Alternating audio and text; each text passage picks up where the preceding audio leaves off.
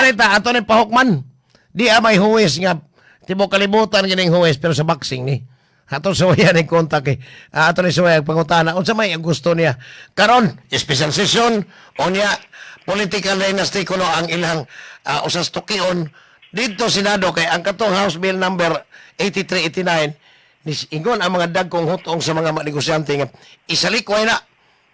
Arita Senado basig na ay nindot nga maani. Kay political dynasty man eh, ang iyang amiga diri Mandawi, ang mga ungano atong pangutan. International Boxing Judge Edward Ligas. Agahon, may buntag.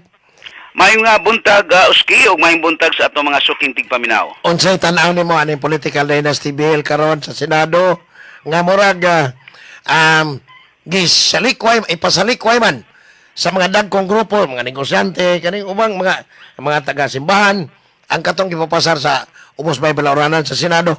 Kinsay lauman nimo? Kinaay kang Risa Ontiveros ani nga version pod unya asan dapita ang gusto nimong pamilyang dinastiya ang mawagtang lokal. Well, kuan siguro, no, kanang gisalikway sa ubang grupo, mga negosyante, uban pa ang propose nga anti-dynasty bill, no, nga paingon na diya sa Senado. Tungod kay lain na nga version ba, dili na mao ang version nga gusto unta mahitabo sa katawhan, di ba? Ang ato untang gusto nga version nga ato lang i-simplify lang nga, for example, Oscar Pasaporte may mayor, ang iyang igsuon nga si Re Pasaporte dili pwede mahimong vice mayor, di pod pwede mahimong congressman, no? Dapat sa isa ka pamilya usa ra gyud ana nga sa local nga position ba, kung dili man gani pwede na sa national position na Uski. Mao tay mahitabo, pero murag lahi man nga version na ang unsa pa na nga ang giduso sa lower house o sa paingon dito sa Senado, Uski, no? Katong gitan-aw nato nga mao gid magwagtang sa kanang political dynasty sa atong nasod. Kay whether like it or not, ang political dynasty di lang national, di lang of course local, gikan sa Senado paingon dito sa barangay, Uski, adunay mga dynastiya, no? Sa barangay mismo na ay managsuon, anak, bana, asawa, naagyapon dito ang dynastiya kanang Uski. So kining matang sa politika mo ni dapat nga ni bungkagon kay mausab ni high source of corruption, Uski.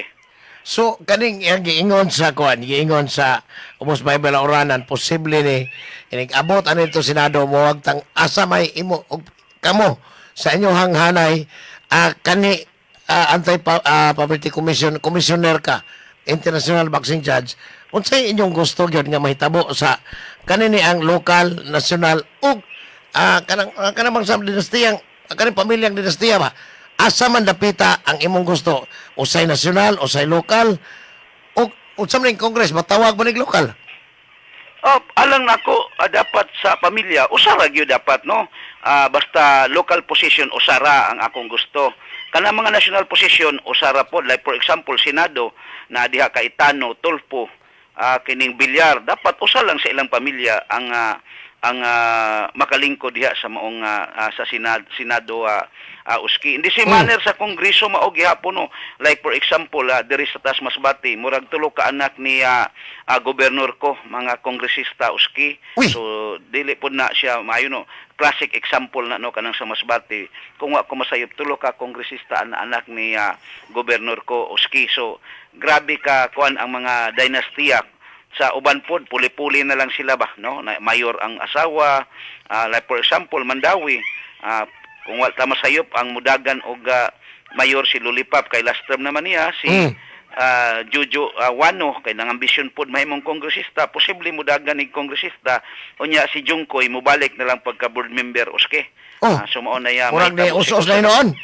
Ni os siya kay di man pod siya pwede iyang unsa pa na mapugnan o makasino siya sa iyang maguwang nga si kongresista Lulipap Wano Dizon, Uski. So mao na senaryo atong nakita kung ipatuman gyud ang tinuod nga anti-political dynasty ato nang wag tango nato, dili pwede nga si Lulipap magmayor unya iyang bana magkongresista uski unya yang igsuon provincial board member.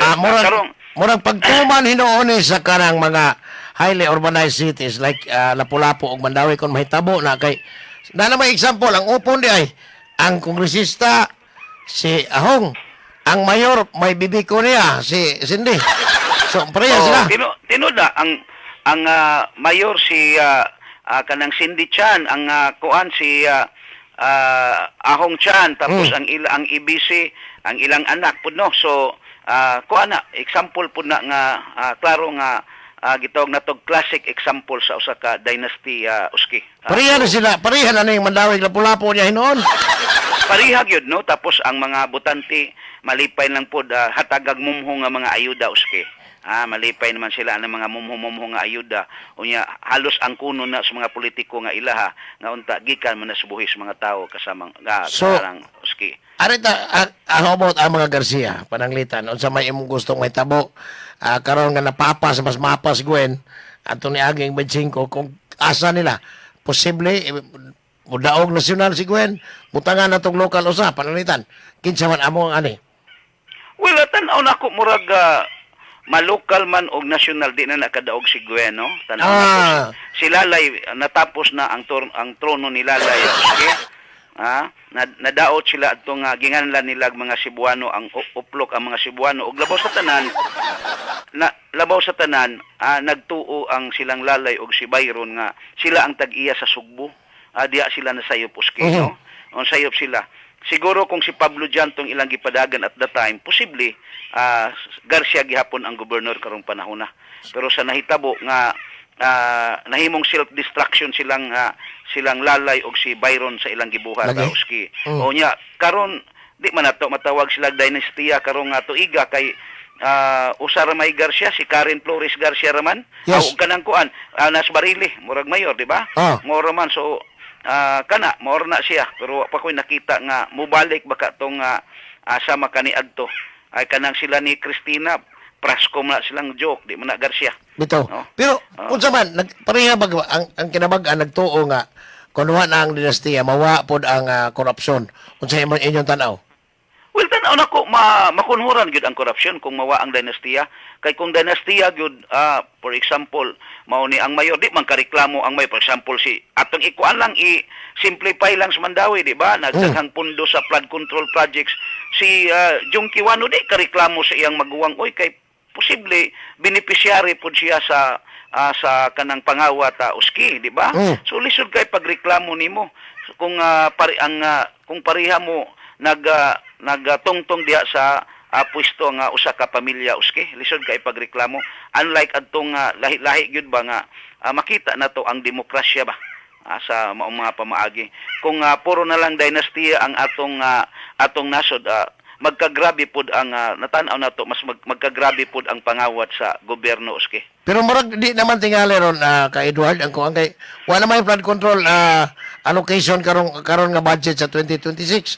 So unsa may posible in particular aning Madawig Lapu-Lapu wala may flood control nga pondo, unsa may posible ang madawat pos mayor nga kani dinastiya ang gininduha.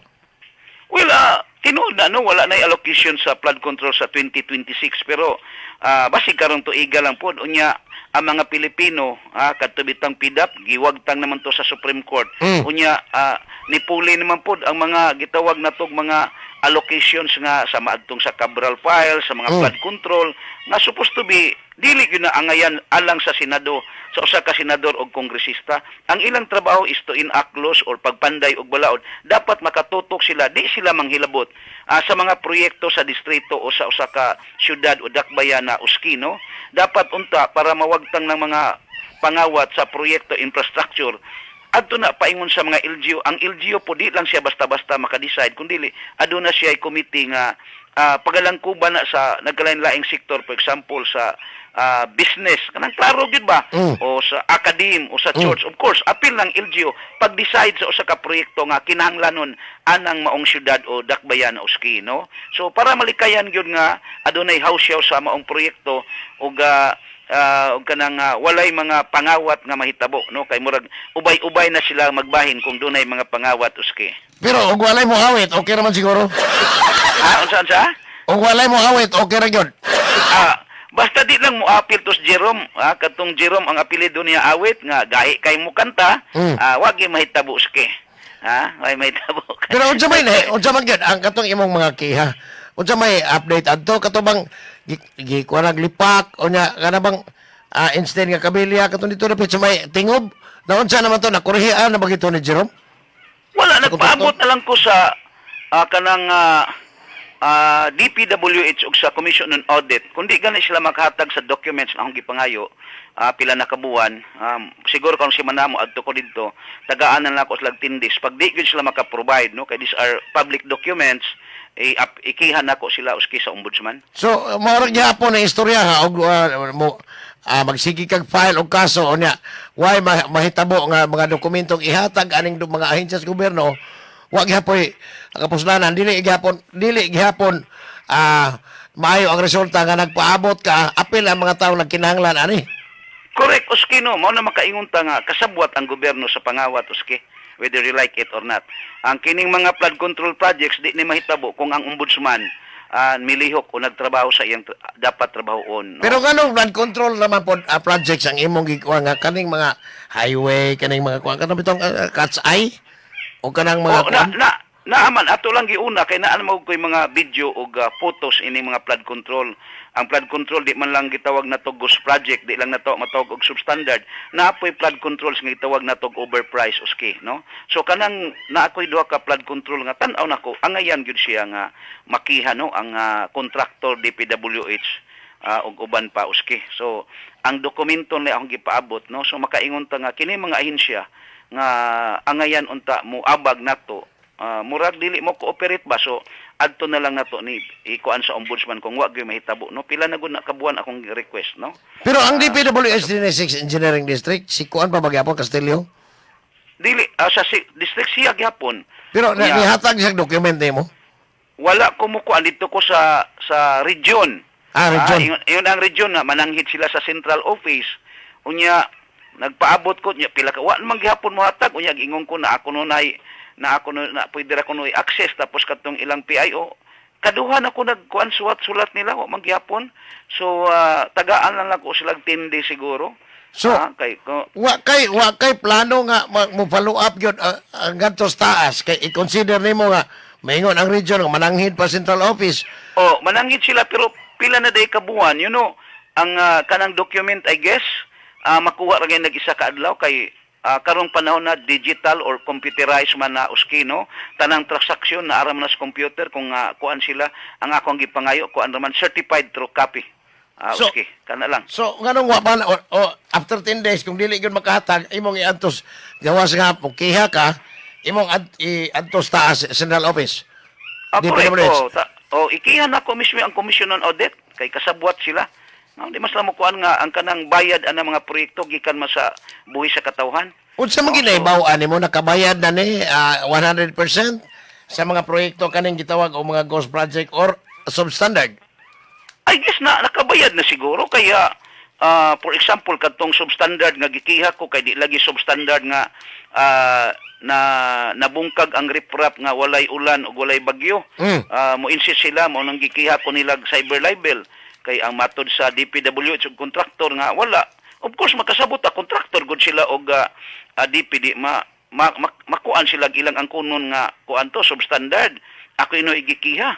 Unya ang tan-aw nato, no, di lang kay kadto naapay mga nakuhaan natong videos labi na atong panahon sa bagyong Tino nga nangakuan gyud nga tumpag ba. Unya naapoy wala matumpag pero ang mga nagpuyuan ng dapita niingon nga walay pulos, no, og kini nga proyekto pangwarta lang ni unya tan-aw nako nabayra na kay 2024 pa man ang akong gipangayo nga mga dokumento. So wa koy kay update 2026 na ron sa DPWH 6 Engineering District kon pila gyud ang ilang nabayad na pila ka percent na kay progress billing man basig katong mas I guess ang kuwa dili sila ang kuwa may giadto ingon tong kuwa naa na kuno na pero nangayo sila kanang basbas sa central office. Dito man ko sa 6 engineering nga naa dihay kuwa naingon sila nga naa man ni sir pero mangayo lang migbasbas sa national ug sa regional. Pero mura man basketball dribble ka magmayad nila. makaingon ta ba unsaon na to pagsulbad sa pangawat sa Pilipinas nga mismong dokumento imong pangayoon na it will take time, no? Makaingyog ka nga ang gobyerno kasabwat sila sa pangawat, uski. Sa lakto pagkastorya, wa pagi naabot sa husgado anang imong mga kasong gisumbong sa ombudsman? Wala pa except atong kang Jung Kiwano nga nag-hire siya og duha ka mga special assistants nga Katong taga kuan Compostela? Compostela nga puro day incumbent barangay officials diin ginadili sa balaod, uski. Unya, unsay update ato? Wa pa na sa ombudsman pa? Wala pa basig gitapinan pas taga ombudsman na Visayas, uski, no. So atong follow up atong mosuwata personally mismo ni ombudsman Remulla anang dapita. Atong giswatan siya follow up nato atong aging semana kay naamantay direct access, no, nga makasuwat. So ato tong ipangutana kay basig gitapinan ra pud to ba kanagong mga adunahan o kwartahan ng mga politiko, lisod kayo nga naman dihab gawas nga makahire sila mga maayong abogado, makabayad pa gyud sila og sa mga kaso, uski. Bisan pag lig-on kayong ebidensya, pwede tabunan, no, og ilimot-limutan ba, uski. Mao ni ang sakit sa atong gobyerno. Apil ng ombudsman, wala ni mahitabo ni mga pangawat sa flood control kung ang ombudsman wala ni magmika sa ilang posisyon. Ilang trabaho. Diya si Miss May matod pa niya duha ka tawo kuno dili mahadlok og unsay kamatuoran. Imo ning amiga po nagawon, fan gyud kuno siya nimo. Si Miss May sa Maria Luisa Village. Kuan na usa na sa mga ngilngig na adunahan na ato nang higala, no, kanunay na mag-travel diri sa bisag asang dapit sa nasod, no, ato nang higala si May uski, no, ug kanunay gusto po ni siya og gusto po ni siya mawagtang or ma-minimize lang unta ang grabing korupsyon kay aron mo tubo ang ekonomiya unta mo iyang gusto. Correct. Actually ang atong nasod is Philippines is a rich country pero we just have plundered, no, giplundered lang atong kwarta sa mga dagkong politiko ug mga ubang tao nga kasabwat sa mga politiko, okay, no. So maobito na impossible unta, no, kanang mga kasong kawat, no, dapat ang penalty ana, no, atong paubsan imbis 50 million, 5 million dapat kuan na siya, mapriso niya, dili siya billable, uski niya. Within 6 months like other countries ba, nga nay special court na sandigan ba dugay man kayo abdan magpila ka toy kasos grab diri dapat unta within 6 months ma-resolve ng issue sa corruption, uski, nga kini paspasan gyud ni kay tan-aw nako pag makahimo tani ana within 6 months, no, kadtong gipangkiha mapriso man unsa diha ang penalty, tan-aw nako mukunhod gyud, kaya ang mahitabo gud diri sa Pilipinas adtok ombudsman, mas ombudsman sandigan pa yan, mas sandigan pungkulan na para Japan. O kanang sa Japan mo, ang Japan lahi sila kay ang value ba sa honesty gani. Lagi. Ang Japan pag gipasangin lang sila nangawat unya klaro pod nga murag nakasala sila, magharakiri man sila, uski, o maghikog sila. Ako gyud ang gipangutano, ang value kuno, no, ang value mao na ilang giingon. Bisan gani kana mga homeless sa Japan, di ka halos kitag homeless nganong mutago sila kay kung homeless ka sa Japan at sa imong kaugalingon ang tan-aw nila failure ka nga pagkatao. Mao na nakita. So bugat na, no, ka Edward nahurot na akong oras pero ang akong panghinaot ang imong safety og ang imong kaambungan tago-tago in town kay basig na ay daghang kayong mga matrona pod nga magsigi ukoy. Manay ingog, gors na, uski, gors na. Gors na. Anya, kuan lang ta kanang salig lang tas kay tasan unsang puy makuha nila nako in town, oy wala man ta kanang yano ra man ta nga pagkatao, uski, no. So kan lagi kay nya ato lang malingaw amping lang yan, safety. Thank you. Salamat mo agad si Ka Edward, ang international boxing judge. Thank you. Salamat agad. International boxing judge og kanhi commissioner sa Anti-Poverty Commission panahon ni I think ang IRAP